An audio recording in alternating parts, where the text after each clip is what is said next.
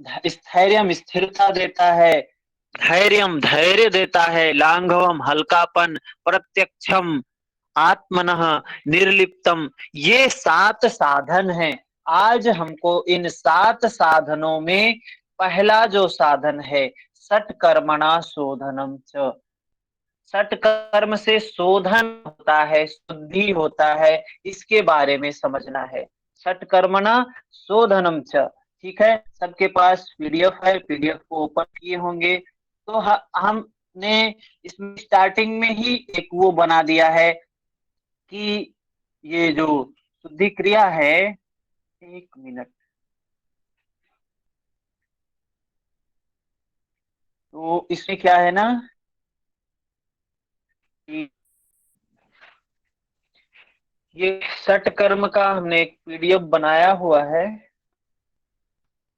लेकिन हमें गलती से दूसरा कुछ दिया।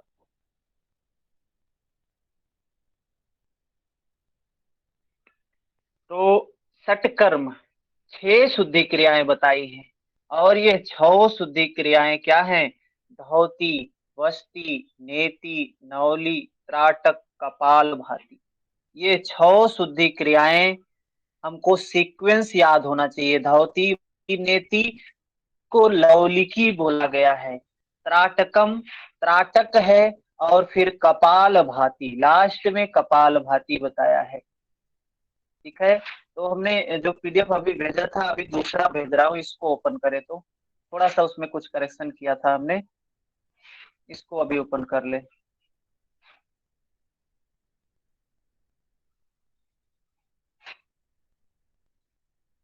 अरे इसमें भी वही आ रहा है, चले वो सेव नहीं हो रहा है, पता नहीं क्यों नहीं हो रहा है। तो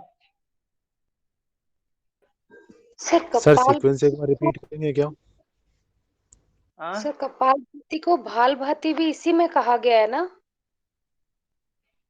कपाल भाती को भाल भाती ऐसा श्लोक में तो नहीं बोला गया है, यहाँ पर बोलते तो हैं लोग। हाँ सर, क्योंकि ये तो सुना है कि में ही कहा गया है भाल भाती। एक हमने चार्ट व्हाट्सएप वैसे सिर्फ पीडीएफ ही पेपर में ही सेंड किया है, उसको ओपन कर लेंगे, देख लेंगे थोड़ा सा, उसको वहां से समझ लेंगे, फिर इस पीडीएफ को ओपन करेंगे। इसमें ये ऐड नहीं हो रहा था, पता नहीं क्यों नहीं ऐड हुआ, मैं ऐड कर रहा था। तो ये घैरण्य संहिता में एक हमने चार्ट बनाया है, सभी को मिला मिला है ना चार्ट, इसको ओपन कर ले। इस चार्ट में क्या है, इसमें इसका पूरा एक चार्ट बनाया हमने, धौती, बस्ती, नेति, नौली, त्राटक, कपाल भाती। इसी चार्ट से प्रश्न आता है, इस चार्ट को हमको समझना चाहिए सभी को।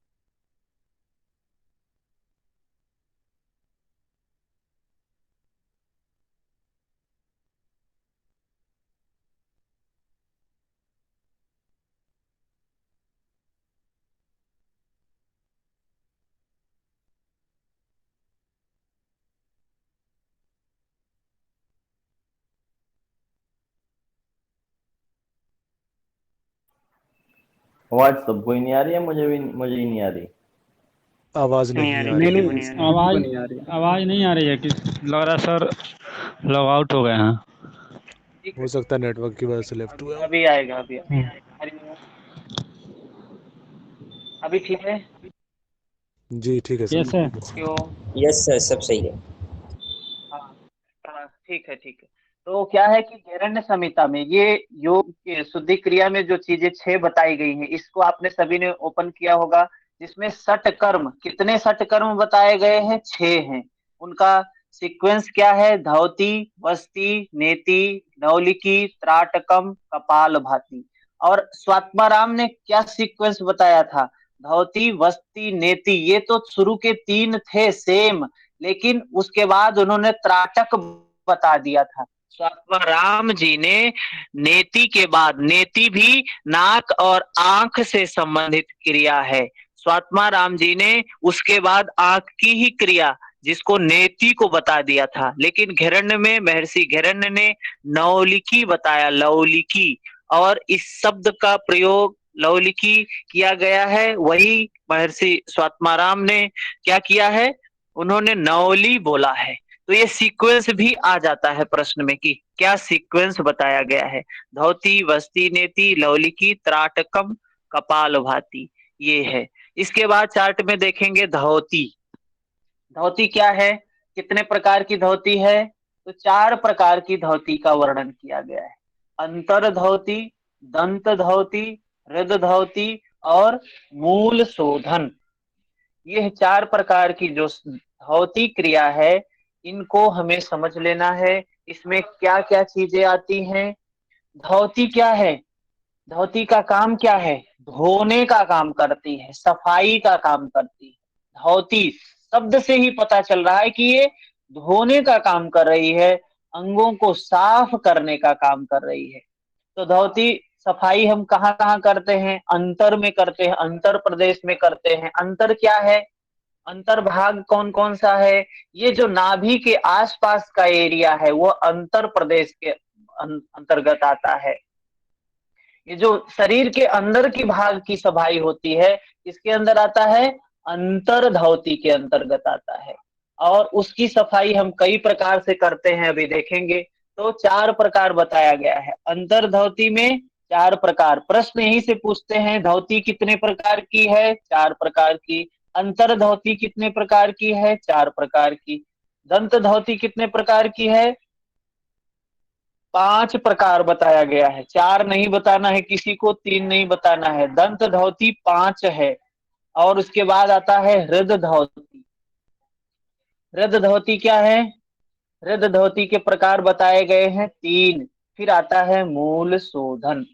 तो यह प्रमुख 4 चीजें आती हैं धौती के अंतर्गत, जिसमें अंतर धौती क्या है, इसमें 4 प्रकार से अंतर प्रदेश की सफाई होती है। एक तो वात से, वायु से, एक वारी से, पानी से, एक अग्नि अग्नि से, फिर एक बहिष्कृत। अंतर धौती के अंतर्गत 4 चीजें आती हैं, वात सार, वारी सार, अग्नि सार, बहिष्कृत। ठीक है, वात सार, वारी सार, अग्नि सार, बहिष्कृत, यह अंतर धौती के अंतर्गत आने वाली चीजें हैं। दंत धौती में क्या होता है, यह इस कपाल प्रदेश की सफाई करती है।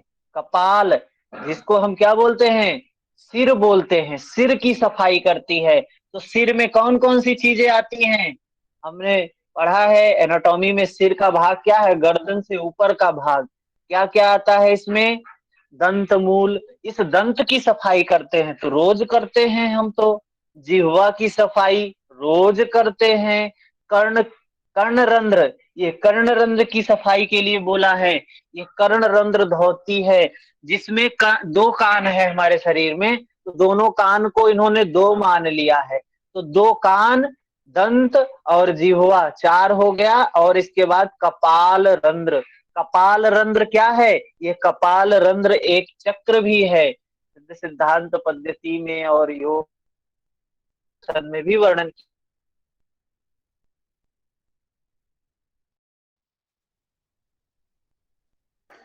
सर आवाज कट रही है आपकी।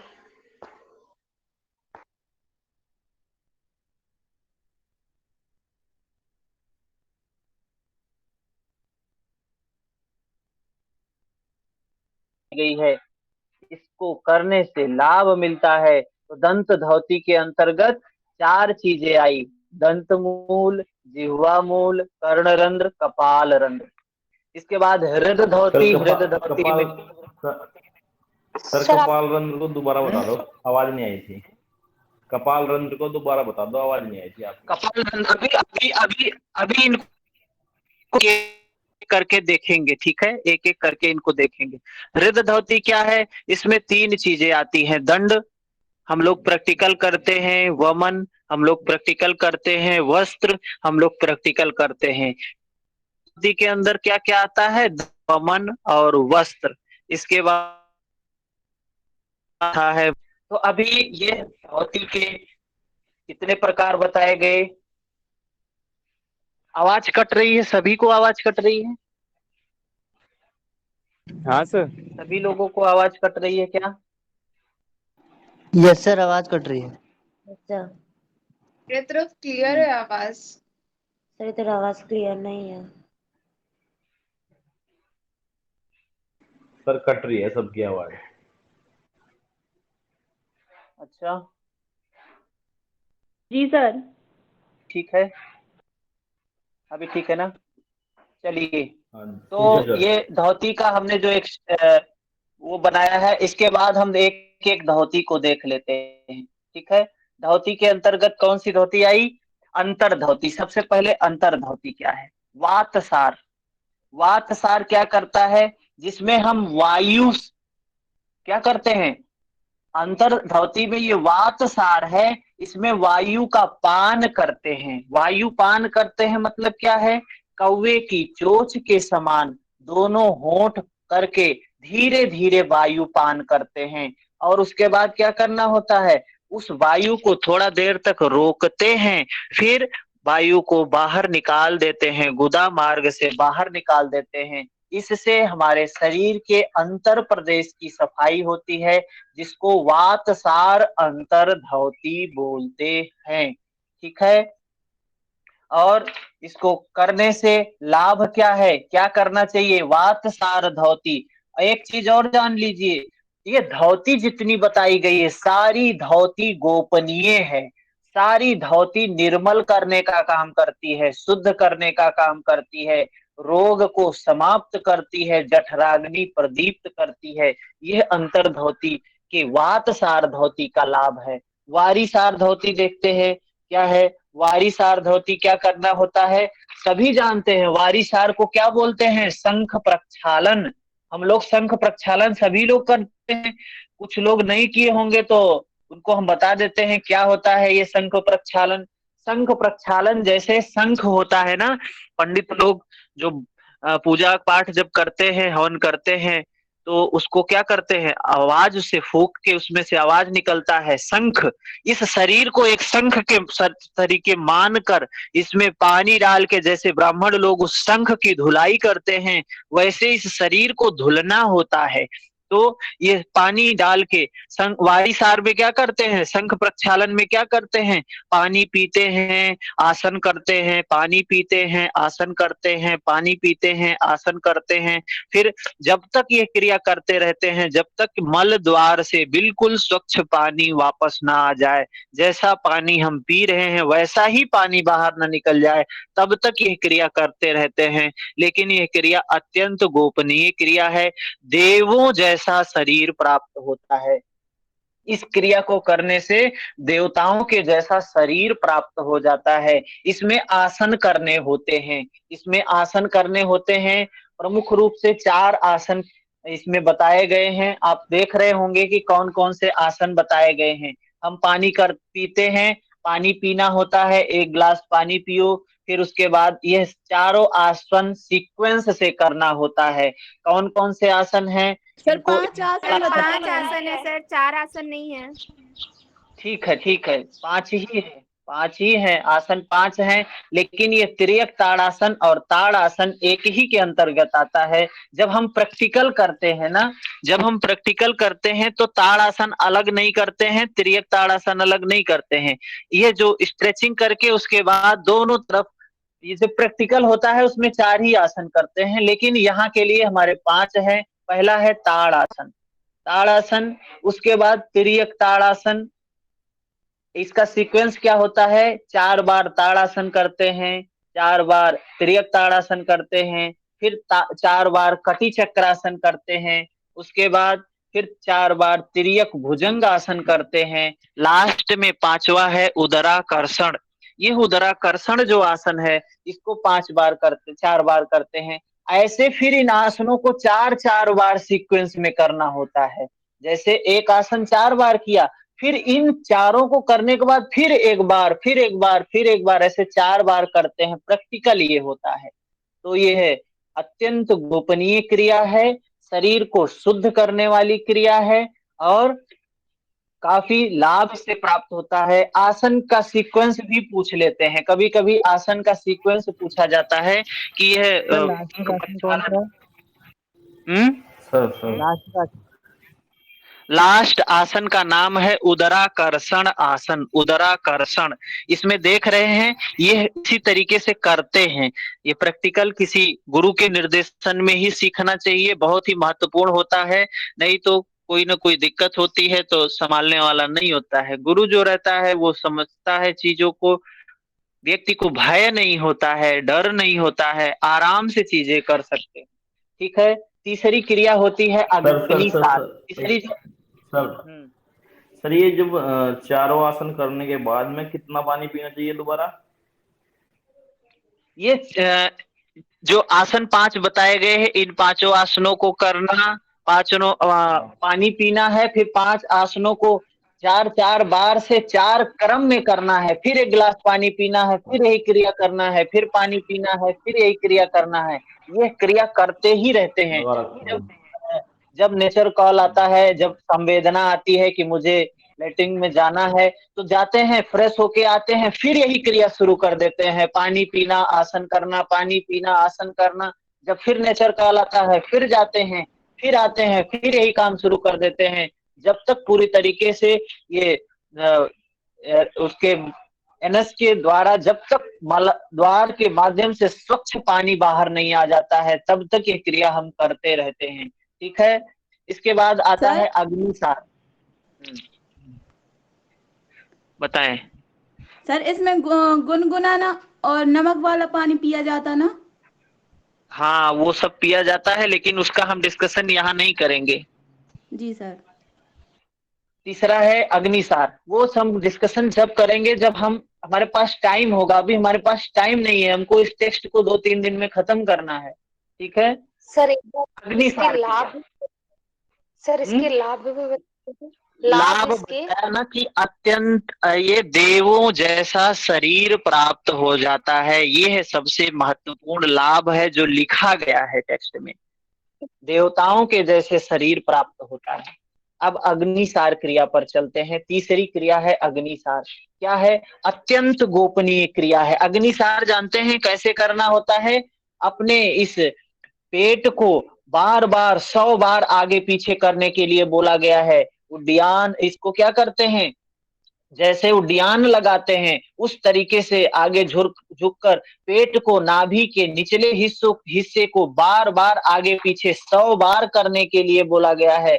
वज्रासन में बैठकर यह क्रिया करने के लिए 100 बार करने के लिए बोला गया है। ठीक है। क्या कहा गया है कि प्राण वायु को रोककर नाभि को मेरु पृष्ठ भाग में लगाएं। इसे से अग्निसार संज्ञक धौती कर्म संपन्न होता है। इससे क्या होता है? जो हमारी जठराग्नि है तीव्र होती है, और यह धौती कर्म क्या करता है? अत्यंत गोपनीय है, देवताओं के लिए दुर्लभ है। इसको करने से देवों के जैसा शरीर प्राप्त हो जाता है। तो वातसार भी गोपनीय है, वारिसार भी गोपनीय है, अग्निसार भी गोपनीय है। अगला देखते हैं बहिष्कृत धौती। बहिष्कृत जो चौथी प्रकार की धौती है, बहिष्कृत में क्या बताया गया है? बहिष्कृत में 2 प्रकार की धौती बताई गई है। ठीक है। एक धौती क्या है? जिसमें कौवे की चोंच के समान मुख करके वायु पान करना होता है। वायु को 1.5 घंटे तक रोक कर फिर गुदा मार्ग से निकाल देते हैं। ये एक बहिष्कृत धौती है जो परम गोपनीय है, देव दुर्लभ है। ये तो लगभग वादसार के ही तरीके से है। 1.5 घंटा से? हाँ हाँ, 1.5 घंटे तक वायु को रोकना होता है, उसके बाद वायु को गुदा मार के द्वारा बाहर निकाल देते हैं। ठीक है। 1.5 घंटे कैसे रोकना? हाँ, ये 1.5 घंटे तक रोकना होता है। उसके बाद बहिष्कृत धौती में आगे इसी में एक प्रकार बताते हैं। क्या है वो? जिसमें बड़ी आंत को बाहर निकाल कर साफ करके फिर उसमें अंदर कर देते हैं उसको। तो ये पूरी योगिक क्रिया है, ये हमारे व्यवहार की क्रिया नहीं है, इसलिए ज्यादा इस पर डिस्कशन नहीं करेंगे। बहिष्कृत धौती के अंतर्गत 2 बातें आती हैं। एक है जो वायु पान करना है, 1.5 घंटे तक वायु को रोकना है, फिर गुदा मार्ग से निकाल देना है।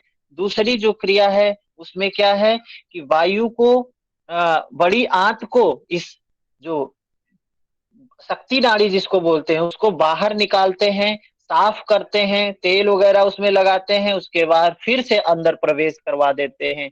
ये है दूसरी बहिष्कृत धोती है। ठीक है, अगला हम समझते हैं, ये हमारा अंतर धोती कंप्लीट हो गया। अंतर धोती के 4 प्रकार हैं, चारों परम गोपनीय हैं, चारों निर्मलता करते हैं, रोग की समाप्ति करते हैं, दिव्य देह प्रदान करते हैं। ये इसके लाभ थे। अंतर धोती समाप्त हुआ। अब देखते हैं दंतर धोती। दंत धोती में 5 प्रकार की दंत धोती होती है, जिसमें दंत मूल, जिह्वा मूल, कर्णरंध्र, कपाल रंध्र। ठीक है, दंत मूल क्या है? ये दांत की सफाई करता है। इसको सफाई करने के लिए खादिर का रस का प्रयोग किया जाता है।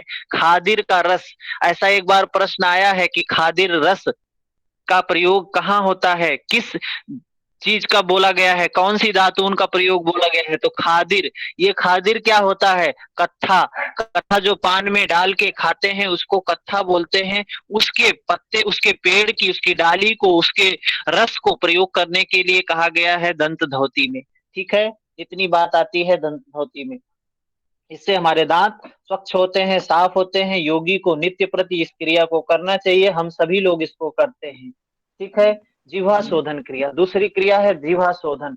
जिह्वा शोधन से क्या होती है? जिह्वा लंबी होती है, लंबी होती है, जिह्वा लंबी होती है। हमको चाहे दांत की सफाई के लिए, चाहे जिह्वा की सफाई के लिए, मैं व्यक्तिगत खुद करता हूँ। कोई भी पेस्ट नहीं यूज करता हूँ, कोई भी बाहर का इंस्ट्रूमेंट नहीं यूज करता हूँ, चाहे वो ब्रश हो, चाहे वो जीभ छोलने वाला हो। नहीं करना चाहिए। अपना खुद का ये अंगुली से भी साफ कर सकते हैं। जिह्वा लंबी होती है। इस जिह्वा शोधन कैसे कहा गया है करने के लिए? अपने दोनों अंगुलियों से क्या करना है? मध्यमा और अनाम, ये जो इसके बगल, अंगूठे की बगल वाली अंगुली है, इसके दोनों के माध्यम से अपने जिह्वा को बार बार क्या करना चाहिए? रगड़ना चाहिए। इससे क्या होता है? इससे व्याधि, बुढ़ापा, मृत्यु, भय, ये सब समाप्त होता है। कफ दोष शांत होता है। जिसके शरीर में कफ की अधिकता हो, कफ ज्यादा हो, उनको इस क्रिया को जरूर करना चाहिए, रोज करना चाहिए। और कैसे करना चाहिए? जीभ को अच्छे से अगर रगड़ें, इससे प्रैक्टिकल क्या लाभ मुझे जो लगता है कि इसका सारी जो नर्व्स होती हैं, जो ग्लैंड्स होती हैं ब्रेन में, सब एक्टिव हो जाती हैं। थोड़ा देर रगड़िए, देखिए पूरा चेहरा हीट हो जाता है। बहुत लाभ मिलता है जिह्वा शोधन को अगर इस तरीके से करते हैं तो। इस पर विस्तृत चर्चा कभी बाद में करेंगे, इतना टाइम नहीं है अपने पास। चलते हैं कर्णरंध्र धोती। कर्णरंध्र धोती 2 प्रकार की बताई गई है, जिसमें हमारे 2 कान है, दोनों कान की सफाई के लिए बोला गया है। कैसे करना है? ये अपनी अंगुली को कान में डालकर क्या करना चाहिए? घुमाना चाहिए। कर्णरंध्र धोती है। ये कर्णरंध्र धोती क्या है? ये अनामिका अंगुली को, तर्जनी और अनामिका को मिलाकर योगी जन दोनों कानों के छिद्रों की सफाई करते हैं। इस ये योग विधि के नित्य अभ्यास से नाद की अनुभूति होती है।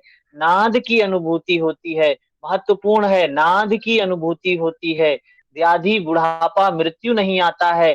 जिह्वा शोधन से नाद की अनुभूति होती है। कर्णरंध्र धोती से नाद की अनुभूति है।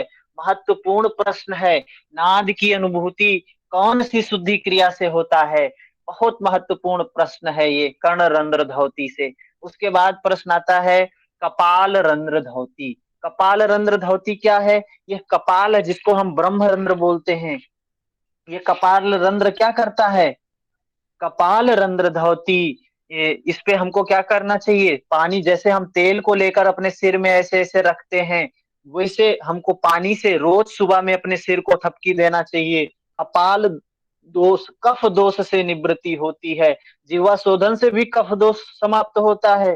कपाल रंध्र धोती से भी कफ दोष से मुक्ति मिलती है। सिर सिर की नाड़ियां, जो ये सिर में नाड़ियां हैं बहुत सी, निर्मल होती हैं। दिव्य दृष्टि प्रदायिनी। कपाल रंध्र धोती दिव्य दृष्टि प्रदायिनी। और हठ प्रदीपिका में स्वात्मा राम जी ने नेति क्रिया से बताया है दिव्य दृष्टि प्राप्त होती है। और यहाँ पर महर्षि घेरण्य ने कपाल रंध्र धोती से बताया है दिव्य दृष्टि प्राप्त होती है। और फिर आगे और भी चीजों से बताया है, नेति से भी बताया है, त्राटक से भी बताया है कि दिव्य दृष्टि प्रदान होती है। इसे घेरण्य से ऐसे ही प्रश्न आते हैं कि कौन सी क्रिया से दिव्य दृष्टि प्राप्त होती है? तो कपाल रंध्र धोती। कौन सी क्रिया से नाद की अनुभूति होती है? तो कर्ण रंध्र धोती। कौन सी क्रिया, कौन सी क्रिया से, ये नेति क्रिया से क्या होता है, दिव्य दृष्टि प्राप्त होती है। त्राटक से दिव्य दृष्टि प्राप्त होती है। इस तरीके से हमने धौती देखा, धौती 5 प्रकार है, इसको हमने देख लिया। अब चलते हैं आगे हृद धौती। हृद धौती में क्या है, 3 प्रकार बताया गया है। हृद धौती के 3 प्रकार हैं, कौन कौन से, दंड, वमन और वस्त्र। दंड धौती, वमन धौती, वस्त्र धौती। दंड धौती में क्या होता है, आप सभी ने, कुछ लोगों ने प्रैक्टिस किया होगा, हम तो करते थे जब पढ़ रहे थे तब भी, अभी कुछ दिनों तक करते थे, लेकिन अभी नहीं करते हैं क्योंकि जरूरत नहीं है, मेरे शरीर के लिए उसकी जरूरत नहीं है, इसलिए नहीं करते हैं। तो दंड धौती क्या होता है, यह आधा इंच लगभग उसका वो होता, आधार होता है, मोटाई होती है, और लंबा होता है लगभग कितना, 1 हाथ लंबा लगभग रबड़ होता है, दंड होता है। पहले के समय में दंड का जो उपयोग होता था, केले के मृदु भाग का, हल्दी के दंडे का उपयोग होता था, वेत का उपयोग होता था। लेकिन आज के समय में कैवल्य धाम के द्वारा एक इजाद किया गया रबड़, रबड़ का प्रयोग किया जाता है, रबड़ का दंड होता है, चाहे रबड़ नेति करते हैं वो भी बताया गया है। फिर इसके बाद दंड के लिए बनाया गया। इससे क्या होता है, लाभ क्या होता है, हृदय रोग समाप्त होते हैं। यह दंड धौती किसकी सफाई करता है, हृदय प्रदेश की सफाई करता है। हृदय प्रदेश के आसपास स्टमक है ना, स्टमक का भाग का नाम है कार्डियक, फंडिक, पाइलोरिक। तो ये कार्डियक प्रदेश, हृदय प्रदेश की सफाई करता है, इसलिए हृदय धौती के अंतर्गत रखा गया, इसको दंड धौती बोलते हैं। इससे हृदय रोग समाप्त होता है। प्रश्न ये आ सकता है, हृदय रोग कौन सी क्रिया से समाप्त होता है, तो वह है दंड धौती। इसके बाद चलते हैं वमन धौती। ठीक है, ये जो दंड दंड दंड है, ये रबड़ का, ये मुंह में डालना पड़ता है क्या? हाँ हाँ, कभी आपने किया नहीं, देखा नहीं आपने? नहीं नहीं नहीं सर आहार नाल की सफाई होती है ना इससे? हाँ, आहार नाल की क्या सफाई होगी इसमें, आहार नाल तो साफ ही रहता है, वो स्टमक में जो चीज है उसकी सफाई होती है। हाँ, आहार नाल में तो पूरा आता है, आहार नाल में पूरा आ जाता है, ऊपर से लेके नीचे तक। ये सिर्फ किसकी सफाई करता है, हृदय प्रदेश की सफाई करता है। ठीक है, जी सर, जी सर। हाँ, हृदय प्रदेश मतलब स्टमक तक के चीजों को ये साफ करता है। ठीक है, इससे क्या होता है, कफ, पित्त, क्लेद, जो भी अंदर में कफ होते हैं, पित्त होते हैं, क्लेद होते हैं, मुख के द्वारा बाहर निकाल दिए जाते हैं। पपीते का डंडे का उपयोग कहीं नहीं बताया गया है, या तो केले के मृदु भाग का उपयोग बताया गया है, या तो हल्दी के डंडे का उपयोग बताया गया है। ठीक है, पपीते का नाम कहीं नहीं लिखा गया है। समझ में आई बात? आगे चले, वमन धौती। वमन धौती क्या है, यह वमन धौती बोला गया है, भोजनांते पिबेदारी चा कंठम पूरितम सुधि। ज्ञानी साधक को भोजन के अंत में कंठ पर्यंत जल पीना चाहिए, फिर क्षण भर बाद उसको ऊपर की ओर देखते हुए वमन द्वारा निकाल देना चाहिए। इस प्रकार से कफ और पित्त की क्या होती है, तो ये जो हम गजकरणी पढ़े हैं, हट प्रदीपिका में गजकरणी क्रिया बताई गई है, उसी के अनुसार यहाँ पे बताया गया है। व्याघ्र क्रिया के नाम से भी इसको हम जानते हैं, व्याघ्र क्रिया। भोजन के बाद करना होता है, पानी पीते हैं, तो ये जो हम लोग वमन करते हैं, उस वमन का यहाँ वर्णन नहीं किया गया है। भोजन आंते, और हम लोग जो वमन करते हैं भोजन के कम से कम 4-6 घंटे बाद करते हैं, लेकिन यहाँ जो बताया गया है भोजन के बाद बताया गया, मतलब ये व्याघ्र क्रिया बोली गई है। जैसे व्याघ्र जो कुत्ते वगैरह होते हैं, देखिए जब अपच हो जाता है, जो भोजन खा लिया पचा नहीं, तो क्या करते हैं, घास खा लेते हैं, फिर उल्टी कर देते हैं। वैसी ही क्रिया है ये क्या करती है, सफाई करती है। ऐसे शरीर में जो विकार है उनको बाहर निकाल देती है, चाहे कफ हो, पित्त हो, इन चीजों को वो बाहर निकालती है। अगला देखते हैं वस्त्र धौती। हृदय धौती, ये भी वमन भी हृदय के मतलब स्टमक प्रदेश की सफाई कर रहा है, इसलिए हृदय के उसमें रखा गया है। अगला देखते हैं, तो इस देखें, दंड भी एक प्रकार, वमन भी एक प्रकार। फिर वस्त्र की बात बताते हैं। वस्त्र धौती के अंतर्गत क्या आता है, वस्त्र, इसमें बोला गया 4 अंगुल चौड़ा वस्त्र होता है और 19 से 25 हाथ लंबा होता है। इसकी लंबाई कितनी बताई गई है, 19 से 25 हाथ, 6-7 गज ऐसा बोला गया है। हठ रत्नावली में 20 गज, 20 हाथ बोला गया है।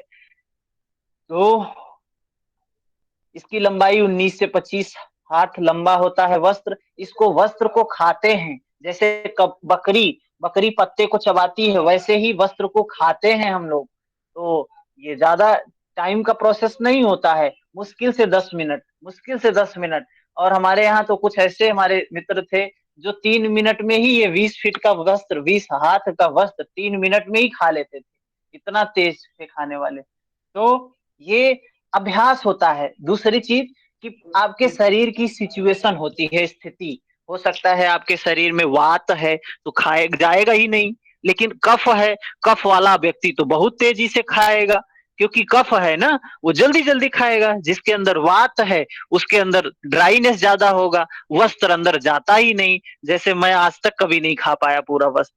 तो वात प्रकृति ज्यादा थी, इस वजह से वस्त्र नहीं खा पाते थे। तो ऐसा होता है, शरीर की स्थिति भी निर्भर करती है। जो लोग मोटे होते हैं, कफ प्रकृति जिसकी ज्यादा होती है, वे लोग वस्त्र को बहुत आसानी से खा लेते हैं, और उनके लिए बहुत अच्छा भी है ये वस्त्र धोती। क्या रोग समाप्त करता है? कफ रोग समाप्त करता है, पित्त रोग समाप्त करता है, कुष्ठ, प्लीहा, ज्वर, गुल्म, ये सब रोग समाप्त करता है। आरोग्य बल पुष्टि प्रदायनी, आरोग्यता देता है, बल देता है, पुष्टि देता है। ये सारी चीजें किससे प्राप्त होती हैं? और आपने हठ प्रदीपिका में भी देखा है, वस्त्र धोती का वर्णन किया गया है। हठ प्रदीपिका में लंबाई कितनी बताई गई है? हठ 15 प्रदीपिका में लंबाई 22.5 फीट। चतुरंगल विस्तारम हस्त पंचदशायतम। हाँ, 15 हाथ लंबा है, 4 अंगुल चौड़ा और 15 हाथ लंबा बताया गया है हठ प्रदीपिका में। 22.5 फीट उसको बोलते हैं। और वहां पे 40 प्रकार के, ये 80 प्रकार के वात, 40 प्रकार के पित्त, 20 प्रकार के कफ दोष दूर होते हैं। खांसी, दमा, तिल्ली, कुष्ठ, ये रोग समाप्त होते हैं। हठ प्रदीपिका में इसके बारे में ऐसा बताया गया है। तो मेन चीज है, इसका लंबाई ध्यान रखना है। 15 हाथ बताया गया है हठ प्रदीपिका में, और वहीं 19 से 25 हाथ बताया गया है घिरण्य के। ठीक है, अब चलते हैं मूल शोधन। धौती के अंतर्गत जो चौथी क्रिया है, क्या है? मूल शोधन क्रिया है। धौती में चौथी क्रिया है मूल शोधन। मूल शोधन क्या है? मूल का शोधन करते हैं। ये मूल क्या है? मूल है ये मूलाधार चक्र। ये जो मल द्वार है वो मूल है, जो रेक्टम है, एनस है, वो मूल है। और उसकी सफाई जो हम करते हैं मूल शोधन से करते हैं। मूल शोधन क्या होता है? ये मूल की सफाई करता है, और ये वात प्रकृति के लिए बहुत अच्छा है। वात, जिसकी वात क्रूर हो, क्रूरता नष्ट हो जाती, क्या है? मूल शोधन न होने से अपान वायु जो है, क्रूरता नष्ट नहीं हो पाती। तो मूल शोधन साफ करना किसके लिए सबसे अच्छा है? वात रोगी के लिए। और जो कफ रोगी है, पित्त रोगी है, उसके लिए ये वस्त्र धोती बहुत अच्छा है। तो मूल शोधन वात के रोगी को नित्य प्रति करना चाहिए। अपान वायु को शांत करता है। अपान वायु नीचे ही रहती है, सबको पता है, हमने पढ़ा है। आगे चलते हैं वस्ती क्रिया।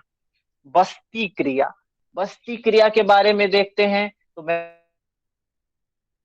प्रकार की बस्ती की बात की है, जल बस्ती और शुष्क बस्ती। वहीं हठ प्रदीपिका में एक प्रकार की बस्ती की बात की गई है, सिर्फ बस्ती ही बोला गया है। लेकिन घिरण्य में जल और शुष्क। जल बस्ती क्या है? नाभि के बराबर जल में जाकर हम अपने उसमें गुदा मार्ग में ये कोई हल्दी का रेत या ऐसा कुछ करके क्या करते हैं, पानी को एनस के माध्यम से अंदर डालते हैं, फिर उसको बाहर क्या करते हैं, नौली वगैरह क्रिया करके बाहर निकाल देते हैं। इससे भी वात रोग के लिए बहुत अच्छा है। जल बस्ती ये उसी प्रदेश की सफाई करता है, अपान वायु जहां पे रहती है उसी की सफाई करता है। इसका लाभ क्या बताया है? कामदेव के समान सुंदर हो जाता है योगी। फिर शुष्क बस्ती बताया है। शुष्क बस्ती क्या है? जिसमें हम भूमि पर अभ्यास करते हैं, सूखे स्थल पर अभ्यास करते हैं, उसको बोला गया शुष्क बस्ती। और शुष्क बस्ती में क्या होता है? अश्वनी मुद्रा के द्वारा। अश्वनी मुद्रा क्या है? अश्वनी मुद्रा करते हैं, जिसमें गुदा का आकुंचन, प्रसारण, आकुंचन, कॉन्ट्रैक्ट, एक्सपांड, कॉन्ट्रैक्ट, एक्सपांड, ये कॉन्ट्रैक्शन एक्सपांशन करते हैं किसका, एनस का, ये है अश्वनी मुद्रा। इसको करने से पश्चिम तान आसन में बैठ के इसको करना चाहिए, इसी को बोला गया स्थल बस्ती। ठीक है, इससे क्या होता है, कोष्ठ के दोष, कोष्ठ कोष्ठ ये जो मल साफ नहीं होता है, आमवात के रोग, इनका जठराग्नि प्रदीप्त होती है, ये कुछ लाभ बताया गया है। तो वस्ती कितने प्रकार की है घिरण्य में, 2 प्रकार की, हठ प्रदीपिका में 1 प्रकार की। ठीक है, आगे बढ़ते हैं। नेति क्रिया, तीसरी क्रिया है नेति। नेति क्या है, किस नेति की बात की गई है, कितने प्रकार की नेति की बात की गई है, चाहे वो हठ प्रदीपिका हो चाहे वो घिरण्य संहिता हो, दोनों में एक ही नेति का वर्णन है, सूत्र नेति, सूत्र नेति।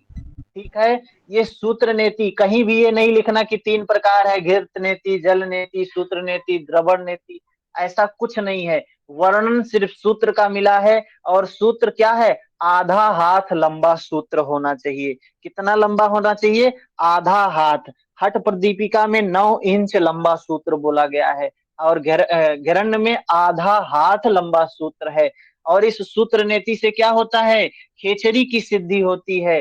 किसमें बताया गया है, घिरण्य में बोला है, खेचरी की सिद्धि होती है, कफ दोष की निवृत्ति होती है, और क्या होता है, कफ दोष की निवृत्ति होती है, दिव्य दृष्टि प्रदायिनी, दिव्य दृष्टि को प्राप्त करवाती है।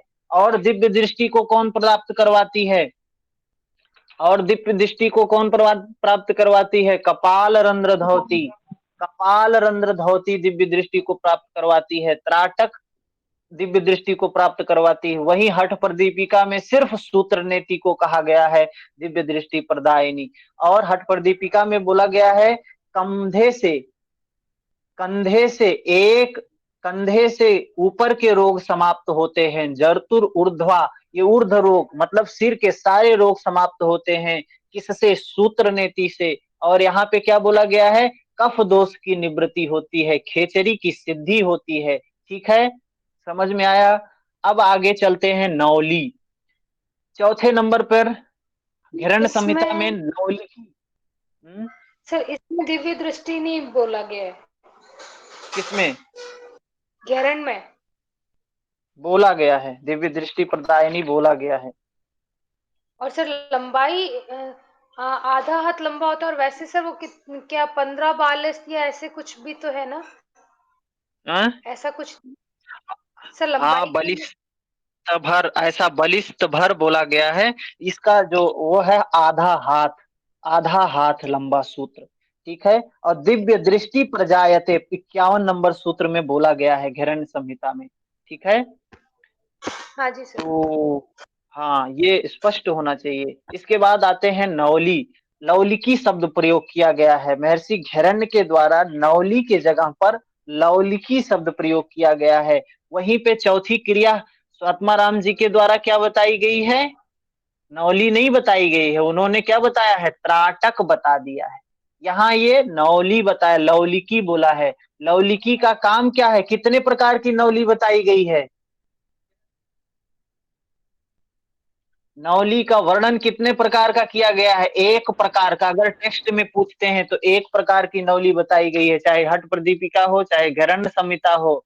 लेकिन अगर यही वैसे ही प्रश्न आता है, उसमें 4 ऑप्शन है, तो ऑप्शन 4 लगाएंगे, दक्षिण नौली, वाम नौली, और मध्य नौली, और वर नौली। ठीक है ना, ये 4 प्रकार की नौली का वर्णन किया गया है। 4 प्रकार की नौली, 4 टेक्स्ट में नहीं बताया गया है, प्रैक्टिकल की बात कह रहा हूँ, 4 प्रकार। और टेक्स्ट में कितना है, टेक्स्ट में सिर्फ 1 है, भ्रमर नौली। जी सर। नौली से लाभ क्या बताया है, घिरण्य संहिता में बताया है सर्व रोग नाशक, सारे रोग समाप्त हो जाते हैं। और जठरानल उद्दीपक, जठराग्नि उद्दीप्त हो जाती है। और वहीं स्वात्माराम जी ने श्रेष्ठ क्रिया बोला है, इसको श्रेष्ठ क्रिया बोला है। और क्या है, सभी इसमें सभी उदर की व्याधियां नष्ट होती हैं, ये भी जठराग्नि प्रदीप्त करने की बात कह रहे हैं, पाचन संबंधी दोष दूर करने की बात कह रहे हैं, सभी अंगों की मालिश करता है, पेशियों को पुष्ट करता है, यह बात बताया गया है। हर्निया, अल्सर, कमजोर जिसका पेट हो, एब्डोमेन हो, उसको नहीं करना चाहिए। ये है नौली क्रिया। नौली के बाद हम देखते हैं त्राटक। त्राटक 5वें नंबर पर, हठ प्रदीपिका में 4थे नंबर पर और घेरण्य में 5वें नंबर पर बताया गया है। त्राटक क्या है? त्राटक जो आपने दिव्या जी एक बार कह रही थी ना कि सांभवी की स्थिति बनती है, ये घेरण्य संहिता में बोला गया है। सांभवी मुद्रा की स्थिति बनती है त्राटक में, घेरण्य संहिता में बोला गया है। और नेत्र दोष का निवारण होता है, घेरण्य संहिता में बोला गया है। और हठ प्रदीपिका में भी बोला गया है, नेत्र दोष का निवारण होता है, दिव्य दृष्टि प्राप्त होती है। और यहाँ दिव्य दृष्टि नहीं बोला गया है, हठ प्रदीपिका में दिव्य दृष्टि नहीं बोला गया है। और नेति, नेति भी दिव्य दृष्टि प्रदान करती है। कपाल रंध्र धौती भी दिव्य दृष्टि प्रदान करती है। त्राटक को हठ प्रदीपिका में सोने की पेटी के समान रक्षा करने की, गोपनीय रखने की बात कही गई है। ठीक है, इसके बाद चलते हैं कपाल भाती।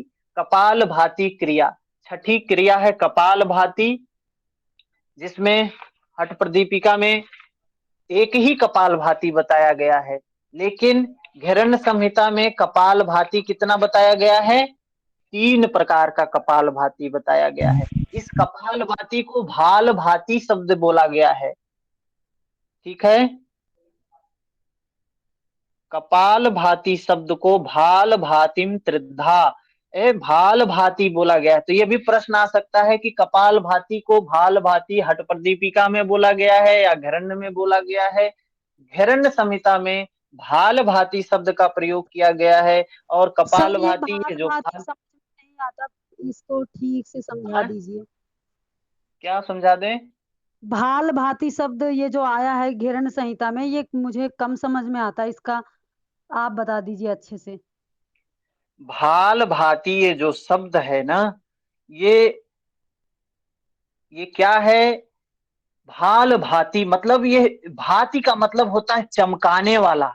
और ये भाल क्या है? भाल जो हम लोग ये देखते हैं ना, ये लोहार लोग होते हैं, लोहार।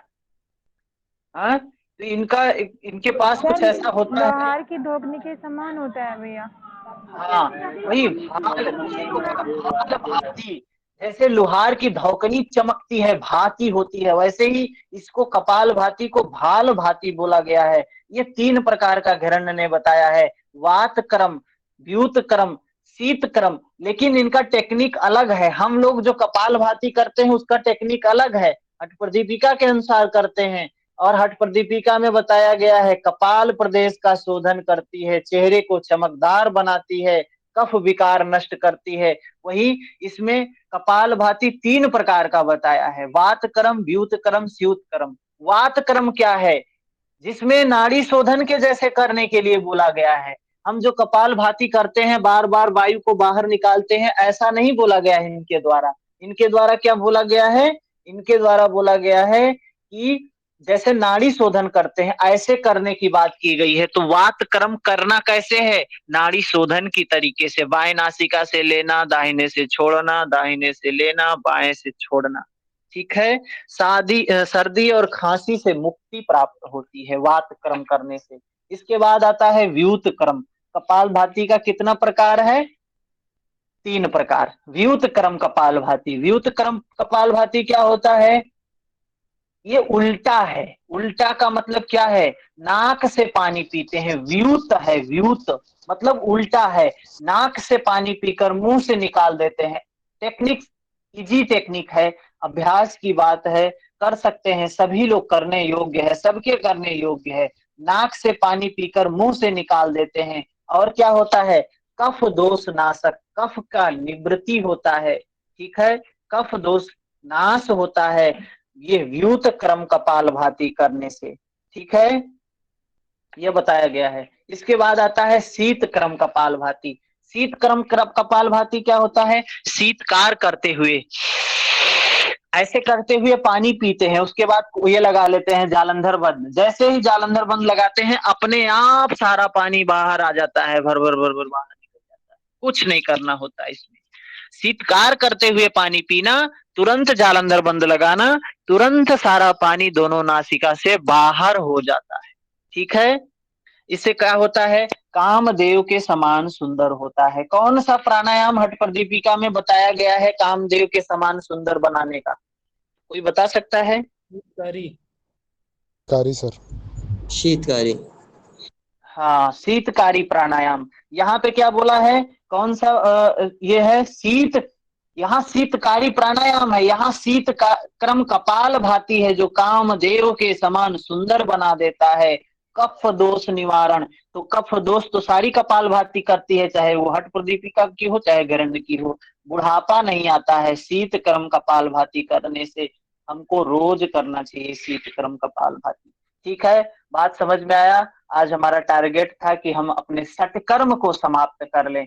1-2 मिनट है, किसी को बोलना है कुछ तो बोले, नहीं तो हम अपने प्रश्न को करेंगे। आज का हमारा 20 प्रश्न है, 2017 का एमसीक्यू है, जो हम अभी उसको डिस्कस करेंगे विद इन 15 मिनट। सर कपाल रंध्र को बता दो आज एक से ही बार। क्लास स्टार्ट किया है क्या? ये क्लास बहन जी चल रहा है 1.5 महीने से, 15 अगस्त के बाद से ये क्लास चल रही है। अभी ये रिवीजन है, रिवीजन चल रहा है सर। जी सर। सर कपाल रंध्र के बारे में बता दो एक बार। कपाल किसका? रंध्र, कपाल रंध्र के बारे में सर। किस चीज के बारे में? कपाल रंध्र। कपाल रंध्र, अच्छा कपाल रंध्र, कपाल रंध्र। दंत धोती में सर, दंत धोती में कपाल रंध्र है, फोर्थ नंबर। हाँ हाँ समझ रहे। कपाल रंध्र जो है ना, ये कपाल रंध्र में क्या करते हैं कि अपने हाथ में गदोरी में, अपने हथेली में थोड़ा सा पानी लेकर सुबह में इस कपाल रंध्र पर, जहां बच्चे का मुलायम मुलायम भाग होता है सिर का, उस पर रख के ऐसे थपकी देते हैं अपने ऊपर की हथेली से। ये थपकी देते हैं, इससे क्या होता है, कपाल की सारी, कपाल की जो नाड़ियां हैं शुद्ध होती हैं। ठीक है, उसी को कहा है कपाल रंध्र। सर इससे हाई बीपी भी तुरंत कंट्रोल होता है थपथपाने से। हाँ, दिव्य दृष्टि प्रदायिनी, प्रैक्टिकल हो सकता है बिल्कुल। तो हमने एमसीक्यू भेजा हुआ है ग्रुप में, सभी लोग उसको ओपन कर लें और इसका फटाफट जवाब दें सभी लोग।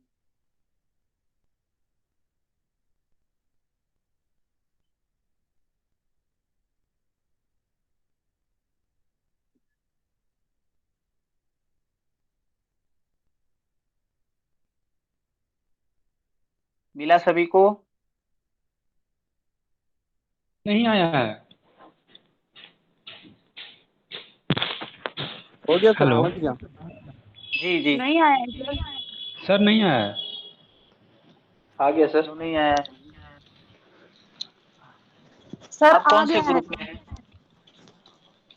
देखें, जो लोग स्टूडेंट के ग्रुप में नहीं है वो लोग ज्वाइन कर ले अपने आप को स्टूडेंट के ग्रुप में, क्योंकि अभी मैं भेज भी रहा हूं तो उसको डिलीट कर दूंगा उसके बाद, क्लास के बाद वहां से,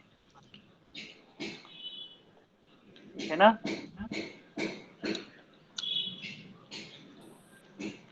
इसलिए जिसको लेना होगा इसको इधर उधर कर लेना अपने, ठीक है ना। चलिए अभी देख ले सबके। चलिए प्रश्न का जवाब दें। 21 नंबर प्रश्न का जवाब क्या है?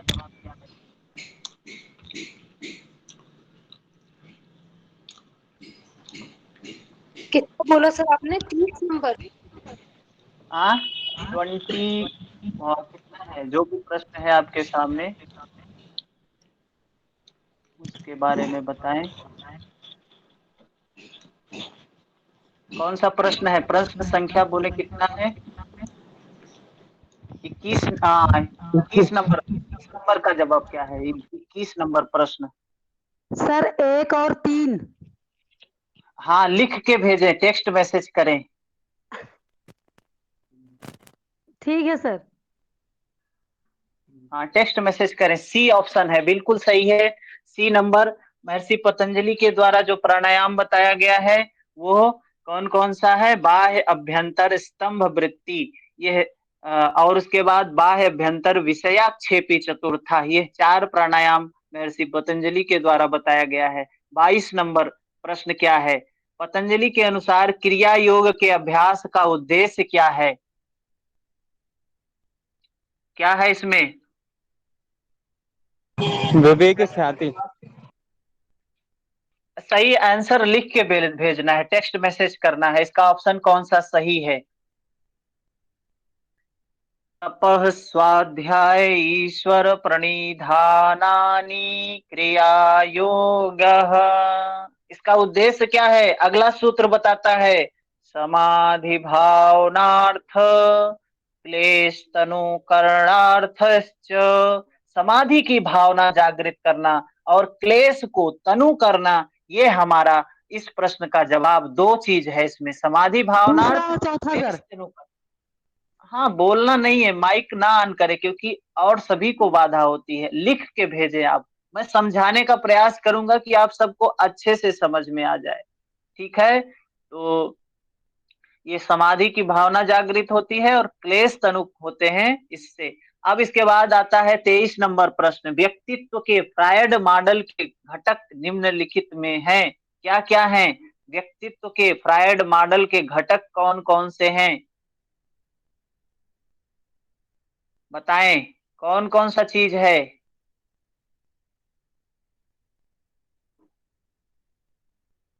क्या है? इसको टेक्स्ट मैसेज में करके भेजें। ऑप्शन कौन सा सही है?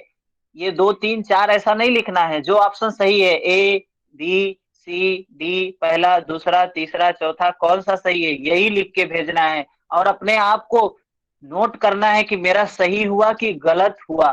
ठीक है, व्यक्तित्व के ये प्रश्न आए हुए हैं, मैं अपने पास से नहीं बना के दे रहा हूं।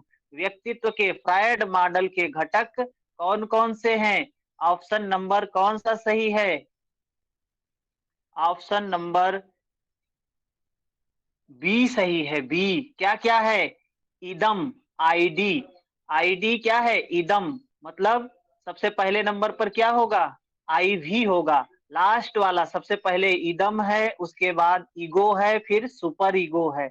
इसका सीक्वेंस क्या है? इदम, ईगो, इदम अहम परम अहम, इदम अहम परम अहम। अभी क्लास में ध्यान दें, अभी ग्रुप में जुड़ने के लिए मैसेज ना करें, अभी पूरा ध्यान क्लास में करें। मैं भाग के कहीं नहीं जाने वाला हूँ, मैं हूँ आपके लिए ही हूँ यहाँ पे। तो इस प्रश्न को समझें, व्यक्तित्व के फ्रायड मॉडल के घटक कौन कौन से हैं?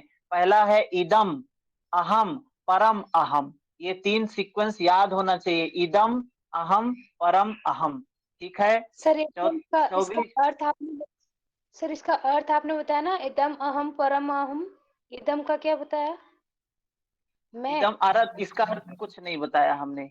सर अहम इसको इंग्लिश में बोलते हैं ईड, इको और सुपर ईगो। हाँ हाँ, ईड, ईगो, सुपर ईगो, ये है इसके फ्रायड के मॉडल के घटक हैं, व्यक्तित्व के घटक हैं ये। ठीक है, व्यक्तित्व हम आगे जब कभी पढ़ेंगे फिर से तो इसको डिटेल स्टडी करेंगे, लेकिन यहाँ पे सिर्फ इतना ही समझना है कि फ्रायड के द्वारा जो सिद्धांत दिया गया वो क्या क्या है? ईड, ईगो, सुपर ईगो। 24 नंबर प्रश्न का जवाब दें। हठ प्रदीपिका के अनुसार निम्नलिखित में से किनको पथ्य आहार के अंतर्गत बोला गया है? तुरंत श्लोक याद में आना चाहिए, तुरंत ये प्रश्न आए तुरंत श्लोक याद आना चाहिए कि क्या क्या चीजें बताई गई हैं पथ्य के आहार में। गोधूम शालीय षष्ठिक शोभनात्रम, क्षीराज्य खंड नवनीत, सीता मधुनी, शुंठी पटोलक फलादिक पंचसाकम, मुद्रादि दिव्य मुदकम च यमींद्र पथ्यम। शुंठी और पटोलक कौन सा? पहला और तीसरा।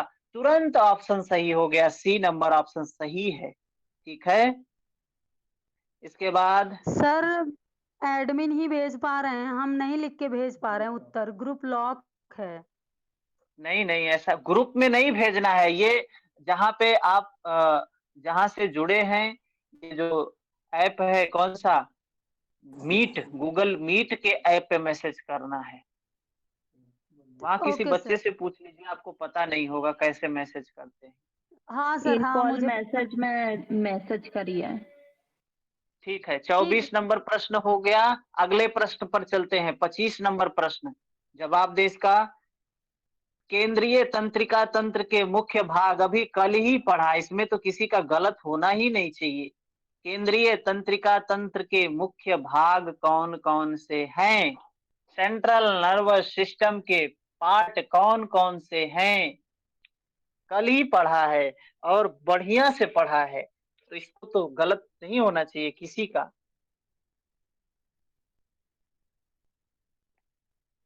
अभी भी गलत लोग जवाब दे रहे हैं। भी ऐसा पढ़ा था हमने क्या?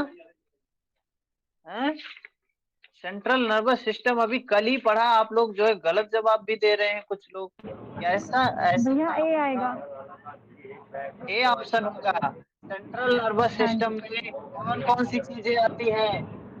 आपका ब्रेन स्पाइनल कोड आता और है, ब्रेन। स्पाइनल कॉर्ड आता है, और फिर इसके बाद central nervous system. Sudha ji mic बंद कर रखिए। Central nervous system, peripheral nervous system, autonomous nervous system, ये पढ़ा है ना। सेंट्रल नर्वस सिस्टम के अंतर्गत ब्रेन आता है, स्पाइनल कॉर्ड आता है। ब्रेन के 3 भाग हैं, अग्र भाग, मध्य भाग, पश्च भाग। अग्र भाग में 3 है, सेरिब्रम, थालेमस, हाइपोथैलेमस।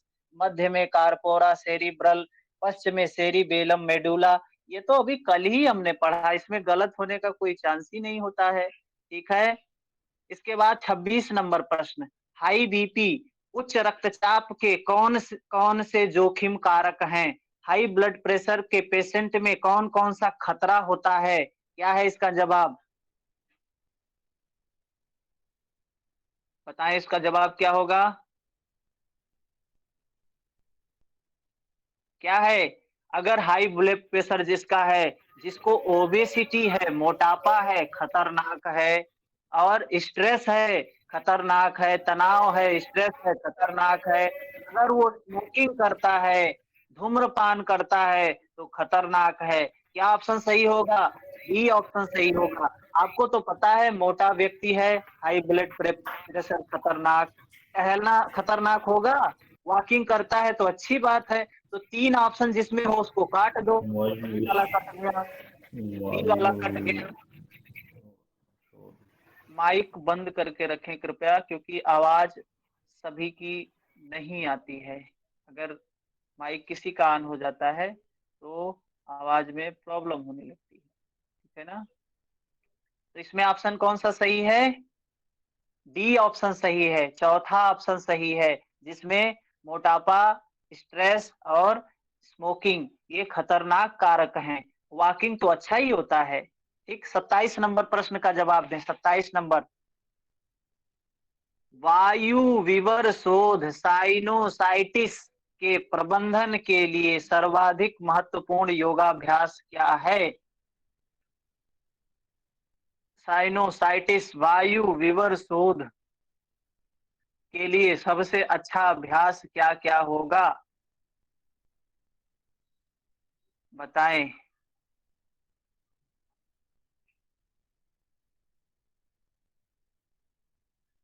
बिल्कुल, ये प्रेजेंस ऑफ माइंड हमारा कितना काम करता है ना, इस पे डिपेंड करता है। हम एग्जाम देते हैं तो उसमें ये देख सकते हैं कि ये साइनोसाइटिस मतलब ये है कि ये कुछ न कुछ नाक वाक से क्रिया से संबंधित है, तो नेति तो होगा ही होगा, 1 नंबर तो होगा ही होगा। और मयूर आसन से क्या लेना देना है इससे? मयूर आसन को काट दो। मयूर आसन को जैसे ही काटोगे, एलिमिनेशन मेथड जैसे अप्लाई करोगे, आपको सही ऑप्शन मिल जाएगा। ए नंबर सही है। 28 नंबर का जवाब दें। प्रमुख स्ट्रेस हार्मोन है, कौन से हार्मोन से स्ट्रेस हार्मोन किसको बोलते हैं? स्ट्रेस हार्मोन कौन सा है? कौन सा है स्ट्रेस हार्मोन? बिल्कुल, काफी लोगों का सही जवाब है। स्ट्रेस हार्मोन कौन सा है? कार्टिसोल और एपिनेफ्रिन। ये जो ऑप्शन है, सी नंबर ऑप्शन है, दूसरा और तीसरा, ये क्या है?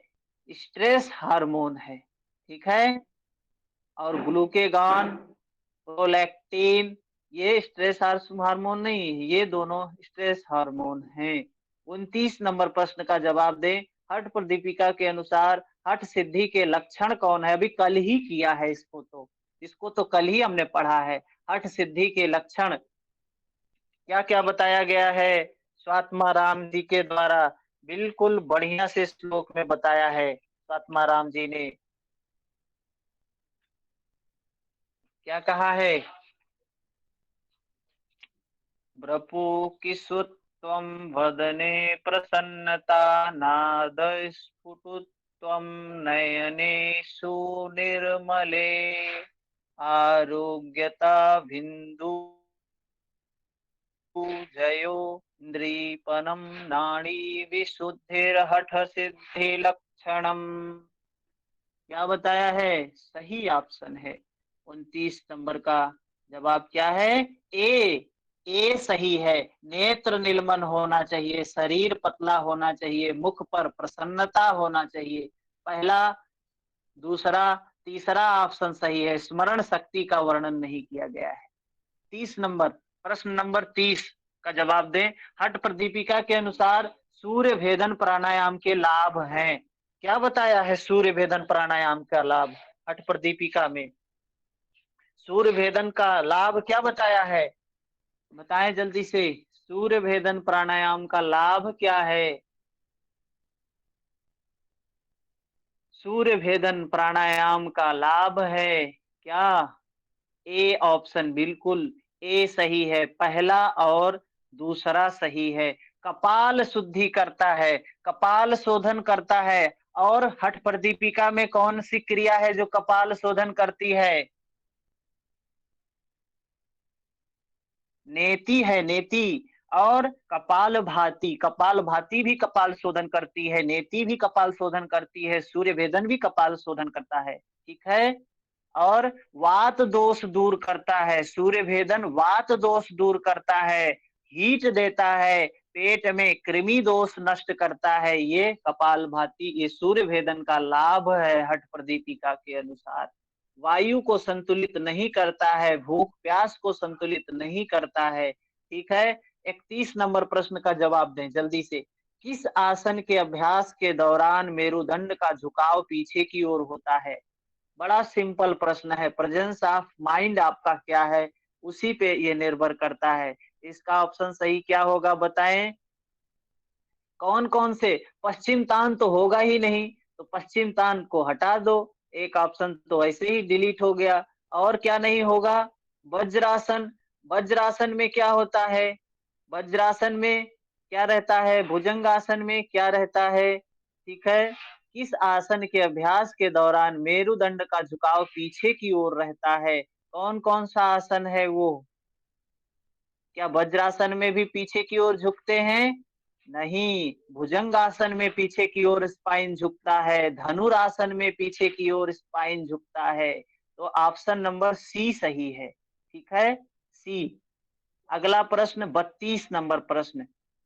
निम्नलिखित में से अशाब्दिक संप्रेषण कौन से हैं? ये कम्युनिकेशन का प्रश्न है। अशाब्दिक, जिसमें शब्द का प्रयोग नहीं होता है। प्रेजेंस ऑफ माइंड आपका क्या है उसी पे आप इसको जवाब दे सकते हैं। 32 नंबर प्रश्न क्या है? आंखों द्वारा संपर्क बनाए रखना। क्या है ये? जब हम किसी को देखते हैं, आंखों से इशारा करते हैं, तो क्या ये है शाब्दिक है, वर्बल कम्युनिकेशन है? ये नहीं, ये तो नॉन वर्बल कम्युनिकेशन है। तो कौन सा ऑप्शन सही होगा इसमें? शारीरिक भंगिमाएं, जो शरीर से कोई एक्टिविटी करके हम किसी को कुछ संदेश देते हैं, या मुख के जो उसके फेशियल एक्सप्रेशन होता है, इससे जो हम कुछ देते हैं। क्या है ये? व्याख्यान तो नहीं होगा, व्याख्यान तो ये तो लेक्चर होता है, इसमें तो शब्दों का प्रयोग होता है। आई भी को काट दो तो एक ही बचेगा, एक। ए ऑप्शन, ऑप्शन नंबर 1 सही है। अगला प्रश्न है 33 नंबर। 33 का सही जवाब दें क्या होगा? 33 का सही जवाब दें क्या होगा? 33 नंबर प्रश्न का सही जवाब देखें। ऐसे प्रश्न बहुत अच्छे आते हैं, अच्छी मात्रा में आते हैं। क्या कह रहे हैं? प्रस्थान त्रयी, प्रस्थान त्रयी मोक्ष की प्राप्ति का मार्ग दिखाती है। प्रस्थान त्रयी हमने पढ़ा था, क्या क्या आता है इसमें? उपनिषद, गीता, ब्रह्मसूत्र और उपनिषद, ब्रह्मसूत्र और गीता वेदांत दर्शन के ज्ञान के 3 प्रामाणिक मुख्य स्रोत हैं। बिल्कुल सत्य कह रहा है, यह कह रहा है ऊपर वाला जो कह रहा है, और वो नीचे वाला उसी की पुष्टि कर रहा है। प्रस्थान त्रयी मोक्ष की प्राप्ति का मार्ग दिखाती है। अब अगर कैसे ये सिद्ध पता चलेगा कि दोनों ए सही होगा कि बी? इसमें एक शब्द जोड़ दो आप, क्योंकि। क्योंकि, बिकॉज, क्योंकि उपनिषद, ब्रह्मसूत्र, भगवत गीता ये ज्ञान के 3 प्रामाणिक मुख्य स्रोत हैं। बिल्कुल सत्य बात है, तो ए ऑप्शन सही है। 34 नंबर प्रश्न, प्रश्न नंबर 34, जवाब दें इसका। मनुष्यों का स्वास्थ्य बहुआयामी होता है। मनुष्यों का स्वास्थ्य बहुआयामी होता है, ठीक है। अब प्रश्न रीजन क्या है? सर पहला, इसके पहले वाला जो क्वेश्चन था ना, उसमें उसकी व्याख्या क्या सही है सर? हाँ वो सही पूछना है, है। ए ऑप्शन सही, ए ऑप्शन सही है, उसमें व्याख्या सही है, बिल्कुल सत्य है। 34 नंबर का जवाब दें। मनुष्यों का स्वास्थ्य बहुआयामी होता है, तो सत्य बात है भाई। उसमें शारीरिक होता है, मानसिक होता है, सामाजिक होता है, आध्यात्मिक होता है, समदोषा, सम अग्नि, सम धातु, मल क्रिया, प्रसन्न आत्मा, मन, इंद्रियां, इसको बोला गया स्वस्थ। तो बहुआयामी तो है ही। स्वास्थ्य केवल बीमारी या आसक्तता का की अनुपस्थिति नहीं, बल्कि पूर्ण शारीरिक, मानसिक, सामाजिक सुख की अवस्था है। यह भी सही बोल रहा है, दोनों बात सही है, ए और बी दोनों सही है, और उसका रीजन भी सही दे रहा है कि शरीर, मन, समाज, ये सब कुछ इसमें इंक्लूड होता है। इसलिए इसका ऑप्शन नंबर ए सही होगा। 37 नंबर बोले, 37 नंबर, वेदों के निम्नलिखित उपखंडों को उस क्रम में व्यवस्थित कीजिए जिसमें वे दृष्टिगोचर हुए थे। देखिए ये सीक्वेंस हमने पढ़ा है, ये सीक्वेंस हमने पढ़ा। 36 छूटा। अच्छा 35, 36 छूट गया है। हाँ 35 पर चलेंगे। 35 नंबर, प्रश्न नंबर 35, पश्चिमोत्तान आसन क्या है? गृद्धसी में निषिद्ध है। ये गृद्धसी कौन सी बीमारी है? मतलब गर्भावस्था, ड्यूरिंग प्रेगनेंसी, क्या है? क्या निषिद्ध किया गया है? जी बिल्कुल सर, किया जा सकता। ये गृद्धसी, ये साइटिका बीमारी है। ये गृद्धसी जो है ना, ये साइटिका है, साइटिका है। इसको साइटिका को ही गृद्धसी लिखा गया है। जब अंग्रेजी में प्रश्न देखेंगे तो स्पष्ट होता है। साइटिका में निषिद्ध है पश्चिमोत्तान आसन, और उसका रीजन है पश्चिमोत्तान आसन आगे की ओर झुकने वाले आसनों का एक प्रकार है। साटिका में आगे झुकने वाले सभी प्रकार के आसन निषिद्ध होने चाहिए। इसका ऑप्शन क्या होगा, कौन सा सही है? ए, बी, सी, डी। तो यहां से प्रश्न जो आते हैं, ज्यादातर प्रश्न के ए ऑप्शन सही होते हैं। कुछ कुछ प्रश्नों में B option, C option, D option सही हो जाता है। इसमें भी ए ही सही है, ठीक है, ए ऑप्शन सही है। 36 नंबर प्रश्न का जवाब दें। 36 नंबर प्रश्न क्या है? शवासन और ध्यान का अभ्यास व्यक्ति की स्मरण शक्ति में सुधार लाता है। शवासन और ध्यान का अभ्यास व्यक्ति की स्मरण शक्ति में सुधार लाता है। क्योंकि रीजन क्या है? स्मरण शक्ति सूचना के संकेतन, संचय और पुनः प्राप्ति की प्रक्रिया है। योग के विश्रामदायक अभ्यास स्मरण शक्ति बढ़ाने के लिए मस्तिष्क के इन प्रकारों में सुधार लाते हैं। क्या ऑप्शन सही होगा? बिल्कुल सभी लोग ए ही बोल रहे हैं। ए ऑप्शन 100% सत्य है, ठीक है। शवासन और ध्यान के अभ्यास से एकाग्रता में सुधार होता है, निद्रा में इलाज, शांत मन, तनाव खत्म करता है, तनाव और अवसाद में सुधार लाता है। ये 37 नंबर प्रश्न, वेदों के निम्न लिखित उपखंडों में, इसका बताएं क्या होगा?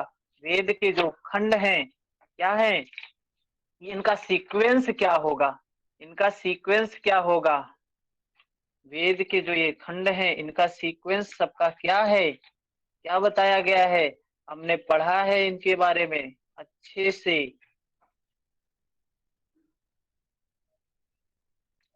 क्या है इसमें,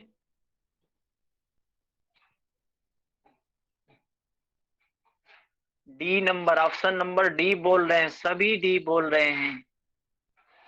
लेकिन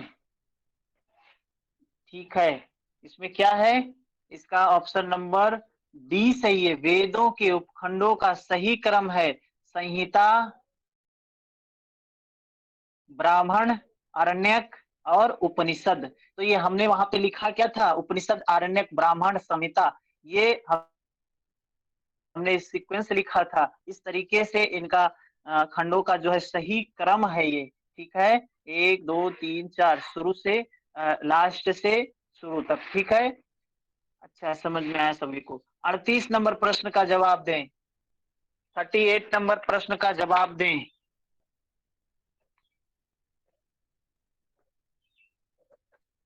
थर्टी 38 नंबर प्रश्न का जवाब दें। बिल्कुल सभी लोग, ज्यादातर लोग सही बोल रहे हैं। भगवत गीता के अनुसार निम्नलिखित तत्वों को क्रम में व्यवस्थित करें। क्या है, सबसे पहले क्या होता है, सबसे पहला तो यही होता है, ये प्रेजेंस ऑफ माइंड पे नहीं भी पढ़े हो तो भी जवाब दे सकते हो, कैसे देख लो। इंद्रियों, ये हमारी इंद्रियां विषयों में लिप्त होती हैं, सबसे पहले लिप्त होती हैं। जब लिप्त हो जाती हैं तो आसक्ति पैदा हो जाती है उनके लिए। आसक्ति क्या, और चाहिए और चाहिए, आसक्ति हो जाती है, तृष्णा हो जाती है। जब आसक्ति पूरा नहीं होता है, तृष्णा, ये जो तृष्णा क्या है, काम, ये जो कामनाएं हैं जब पूरी नहीं होती तो क्रोध आता है। तो ये 4 सीक्वेंस है इसका, ठीक है। 38 नंबर हो गया, आगे चलते हैं 39 नंबर। क्या है 39, निम्नलिखित तत्वों को उनके उद्भव के अनुसार क्रम में व्यवस्थित करें। बहुत महत्वपूर्ण प्रश्न है, इससे क्या उत्पन्न हुआ है, सही जवाब दे इसका। सही जवाब क्या है, सबसे पहले क्या उत्पन्न हुआ है, आकाश। आकाश शब्द तन्मात्रा है। फिर उसके बाद क्या आया, वायु। वायु में शब्द है और क्या है, स्पर्श है। उसके बाद अग्नि। अग्नि में क्या है, शब्द है, स्पर्श है, रूप है। उसके बाद क्या आया, जल। जल में क्या क्या है, शब्द है, स्पर्श है, रूप है, रस है। और पृथ्वी आया लास्ट में, पृथ्वी। पृथ्वी में सारे तत्व हैं, ठीक है। तो इसका सही जवाब क्या है, बी है। फिर आता है 40 नंबर प्रश्न। 40 नंबर प्रश्न, अभी देखो कितना सिंपल सिंपल प्रश्न आया, हम लोगों ने कितना बढ़िया से पढ़ा है इसको। क्या क्या इसका सीक्वेंस क्या होगा, ऐसे ही किडनी में पूछ लेते हैं, डाइजेस्टिव सिस्टम में पूछ लेते हैं, यहाँ पे किस में पूछा है, रेस्पिरेटरी सिस्टम में, कि इसका सीक्वेंस क्या है। इसका सही सीक्वेंस क्या है बताएं।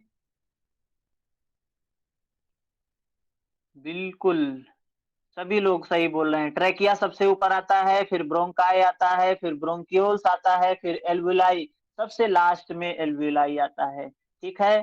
40 प्रश्न था हमारा आज का, हमने काफी टाइम लगा दिया आज, हम लगभग 22-25 मिनट लग गया, ठीक है। कम से कम ऐसे ही हमको बोरिंग नहीं लग रहा है, इंटरेस्ट है। हम दिन भर में ऐसे 3 सेशन करेंगे, हमारा बहुत जबरदस्त तैयारी हो जाएगा। एग्जाम तक हम पूरा टॉपिक कवर कर लेंगे, ठीक है। अच्छा लगा सभी को ये जो हमने किया अभी। हाँ जी सर, नमस्ते सर। बहुत अच्छा लगा। सर 37 नंबर क्वेश्चन में हाँ, संहिता, ब्राह्मण, अरण्यक, उपनिषद, यही क्रम सही होगा या उपनिषद, अरण्यक, ब्राह्मण, संहिता, ये सही होगा। देखिए ये ऑप्शन में तो सही यही दिया गया है, और हमने तो लिखा था यही, उपनिषद, आरण्यक, ब्राह्मण, संहिता।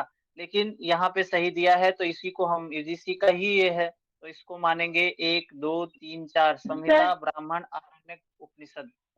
जी हाँ सर सर। इसमें कुछ कहें सर, हाँ बोलिए। उपनिषद को तो वेदों का अंत मानते हैं ना, तो इसीलिए उपनिषद सबसे लास्ट में आता है, संहिता उसके पहले हाँ का, हाँ मतलब हाँ सबसे हाँ स्टार्ट। सबसे स्टार्ट में संहिता अंत में संहिता आता है। जी जी, बिल्कुल बिल्कुल। उपनिषद अंतिम भाग है, वेद के सार हैं, तो इसको अंतिम में रखते हैं। संहिता, ब्राह्मण, आरण्यक और उपनिषद।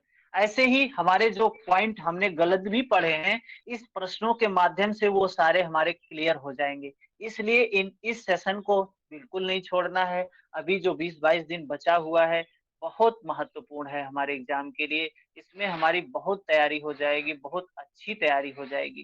ठीक है, अभी देखिए यूजीसी का नया अभी शेड्यूल भी कुछ आया है। आज शायद डेट वगैरह आ गई है यूजीसी की। अभी एक नोटिफिकेशन आया है आज, 1 तारीख का है ये शायद, 1 अक्टूबर का है ये। ठीक है, प्राप्त करें। हमारा 25 को एग्जाम है, बहुत अच्छी बात है। तैयारी भी ठीक ठाक चल रही है सभी की। हाँ, कोई हाँ प्रश्न सर, नहीं है तैयारी ना? चल सर टाइमिंग जो हम लोग का ठीक होगा है, सबका एक ही होगा ना, योगा वाले लोग का?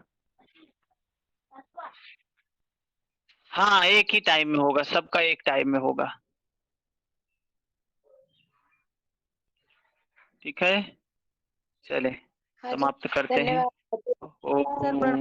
ओम Hariom. Hariom sir. Hariom sir. Hariom. Hariom sir. Hari Om. Hariom sir. Hariom Hariom Hariom sir. Hariom.